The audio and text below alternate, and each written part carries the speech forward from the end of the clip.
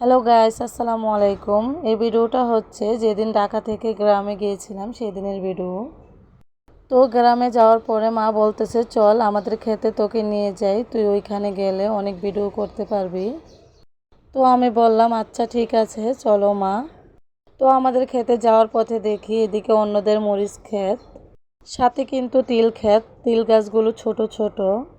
আর এদিকের ভিউটা খুবই সুন্দর ছিল, তাই একটু ভিডিও না করে পারলাম না। তারপরে দেখি এদিকে আরও অনেকগুলো বাঁধাকপি গাছ। আর এদিকে হচ্ছে ভুট্টা ক্ষেত, ভুট্টার ফুলগুলো দেখেন কত সুন্দর মাশাল্লাহ। তারপরে একটু সামনে যেতে যেতে দেখি ফুলকপি ক্ষেত, ফুলকপিগুলো দেখেন কত সুন্দর মাশাল্লাহ। সাথে কিন্তু লাউ গাছও আছে, দেখেন লাউ ধরে আছে। এরপর সামনে যেতেই দেখি পাট শাক ক্ষেত, এই পাট শাকটা আমার খুবই পছন্দ। শাকগুলো কিন্তু দেখতে কত সুন্দর লাগছে মাশাল্লাহ। এরপর সামনে যেতেই দেখি আমাদের ভুট্টা ক্ষেত, আমাদের ভুট্টা ক্ষেতে ছোট ছোট ভুট্টা হয়েছে মাশাল্লাহ। ভুট্টা ক্ষেতটা অনেক বড় ছিল। আর একটু সামনে যেতেই দেখি কে যেন একটা ভুট্টা ছিলে রেখেছে।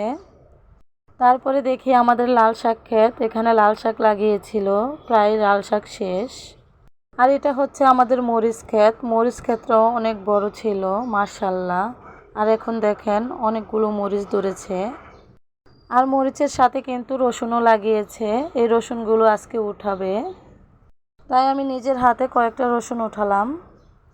নিজের হাতে রসুনগুলো উঠিয়ে খুবই আনন্দ পেলাম আলহামদুলিল্লাহ। আর আমাদের পাশের ক্ষেতে হচ্ছে কুমড়ো ক্ষেত, দেখেন কুমড়োটা কত সুন্দর মাশাল্লাহ।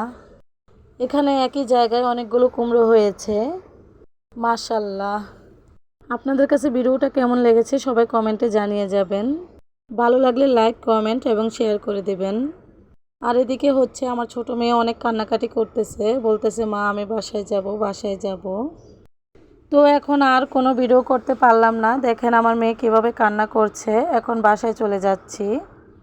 আজকের ভিডিও এই পর্যন্তই, সবাই ভালো থাকবেন, আল্লাহ হাফেজ।